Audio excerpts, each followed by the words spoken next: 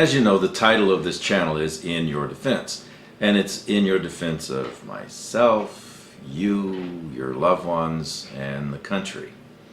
And so I saw this news article this morning, and I normally don't post about news in general unless it has to deal with firearms, Second Amendment, or something like that.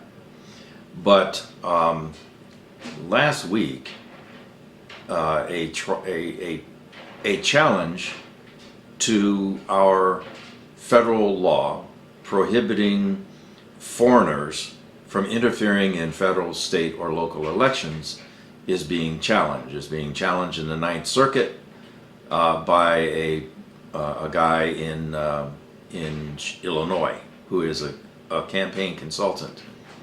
Now, the guy was charged and found guilty because he did work for a Mexican national who lived in Mexico south of California border, who dumped over $250,000 in advertising into San Diego local elections for the specific purpose of influencing the election so he could build and redevelop the coastline of that part of California.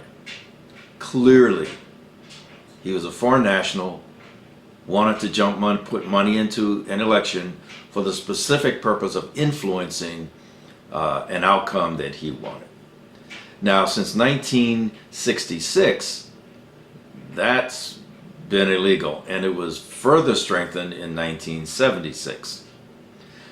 But this other gentleman saying, well, you can't really do that because you're infringing on states' rights, and local municipalities have sovereignty of their own elections.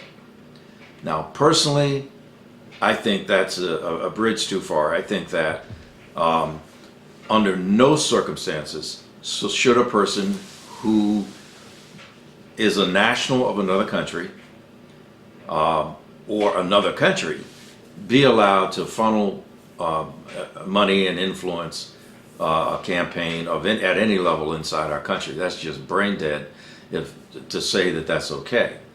I mean, imagine, for example, what happens to towns along the Canadian border.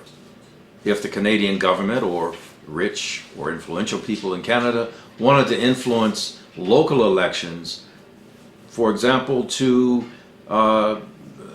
make it easier for illegal immigrants to cross back and forth between the countries. Or imagine what would happen down in Southern California, Arizona, whatever, if Mexico or Mexican citizens who are not American citizens, they don't have a green card, were funneling money to influence local elections. Now, these small towns and communities, you start dropping in $250,000, trust me, you're going to get somebody's attention, and you will absolutely buy their influence. And then you can just raise that up. What happens on a national level? Well, what if Russia or China decided that they wanted to influence our elections, and they dumped $1 billion to influence our elections in ads and so forth? You see where I'm going with this? So my point is that this particular lawsuit from Mr. Singh should fall. But there are legal scholars that are going, oh man, this is not a trivial challenge to a law. So I put this out there for you, ladies and gentlemen, to think about. Do you believe, or do you feel that foreign nationals, people who don't have a green card, should and or countries should be able to participate in and influence local, state, or federal elections? Put your comments down below. Should be interesting. As always, thanks for watching. Carry on.